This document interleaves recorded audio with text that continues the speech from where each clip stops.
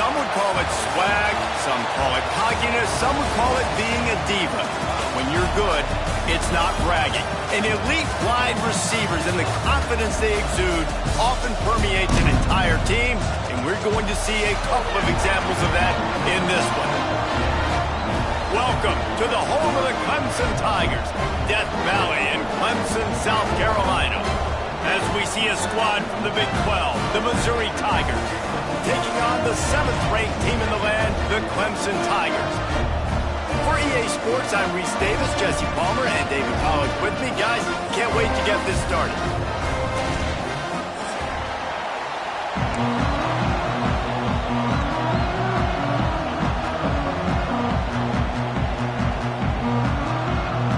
The Tigers ready to get this thing started and open the season.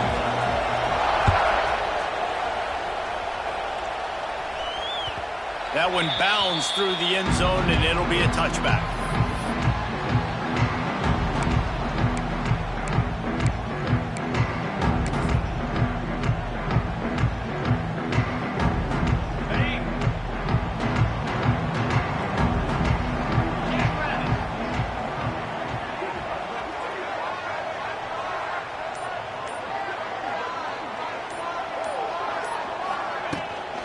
Leaves it with the running back. He's going to lose a yard on that one. Man, what a spectacular play by that defensive end to come up with the tackle there. And you see those guys get off the football so fast. Most of these guys are 250 to 275 pounds, but they get off the ball fast, low. And the offensive linemen, they have no chance to stop those guys as quick and as fast as they are. After getting knocked back to open this drive, it's 2nd and 12.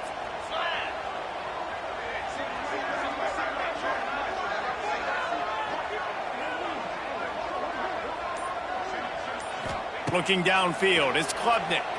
Unloads to the wideout. It's caught. And he gets it to the 45-yard line, and that'll be a first down.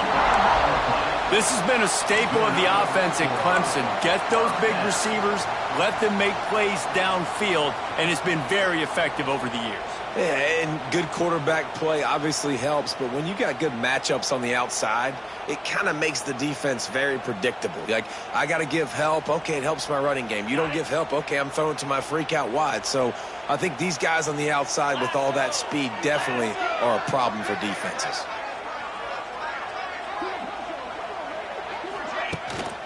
Running back searching for a hole. Looks as if we have an injury on that last play, and we'll take a break to check him out.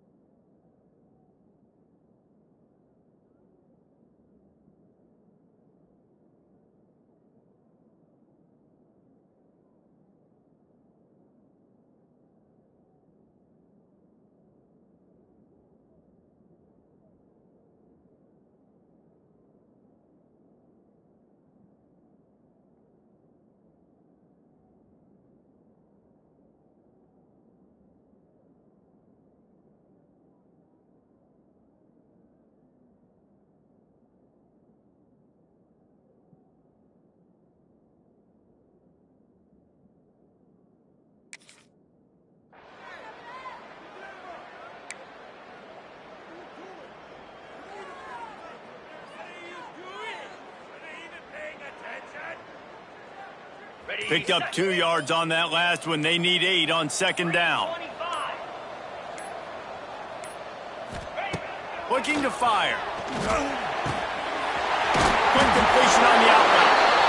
Dragged down at the 43, but they've got it in enemy territory. They picked up 10 and give him a first down.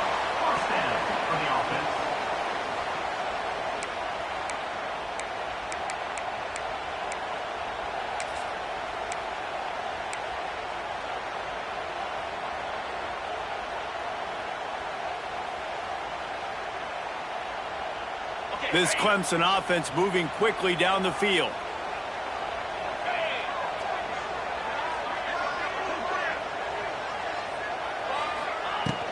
From the shotgun, the inside give.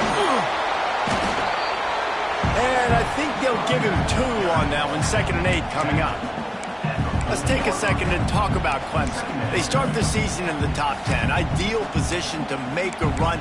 But what do they need to avoid? Well, I think you avoid the talks about me and where we're at, because that doesn't matter. This team's got a lot to prove. It's a very talented team, but they got to start the season off fast. That first impression makes a big deal in all these voters, Jesse. Yeah, I think a lot of these players are hungry to prove that top 10 ranking is legit. But talking to some of their guys too, David, they actually feel like they're not ranked high enough. They actually feel disrespected being where they are, which is pretty amazing considering this is already a really great jumping point. I can't wait to see how they play today. Looking to throw, it's Klubnik.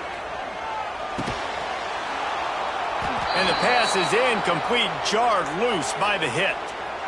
The big tight end tries to make a catch, and you could tell he extends for the ball, but great job by the defender getting in there, making the hit, dislodging the football out at the same time as he's going to catch it, and the big tight end couldn't hold on to it.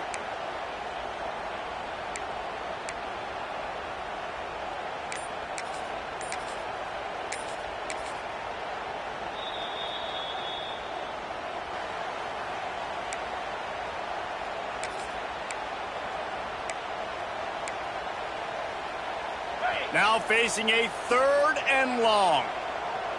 Here we go. Wants to adjust the pattern.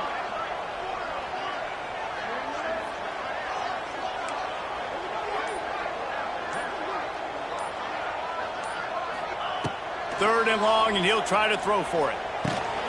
Grabbed in the middle. It's Brown. That'll be enough for the first down as they mark it down at the 31-yard line. Well, you love to see this on the first drive of the game, right? 3rd down, go back to the old faithful, the slant pass, something you put in on day 1 install back in spring practice. Executed perfectly, keep this drive alive.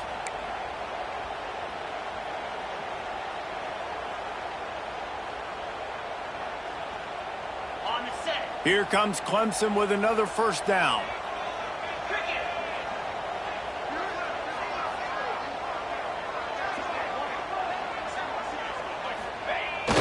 Use the play fake, now to throw.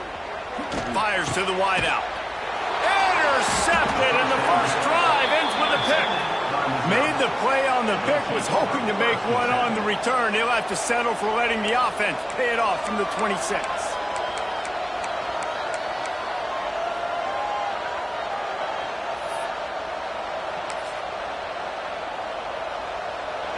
This crowd bringing the energy and noise early. They'll go to the ground. And he's tackled at the line of scrimmage. The first play does nothing. And I think that might be an example of the running back maybe trying to do a little bit too much. Everybody wants to try to bounce the ball outside and hit the home run, but in college football at this level, you just need to do a better job taking what the defense gives you. Didn't get much done on that first play of the drive. It's 2nd and 11. Quickly complete. Oh, he's getting ahead of steam. Really good job to pick up a chunk of yardage and get it out to the 39-yard line. Nice completion here to this wide receiver, and you're going to see this receiver line up in different spots all over the field all game long. Defense has got to keep their eye on where this guy is because they know he's a big part of this offense's success.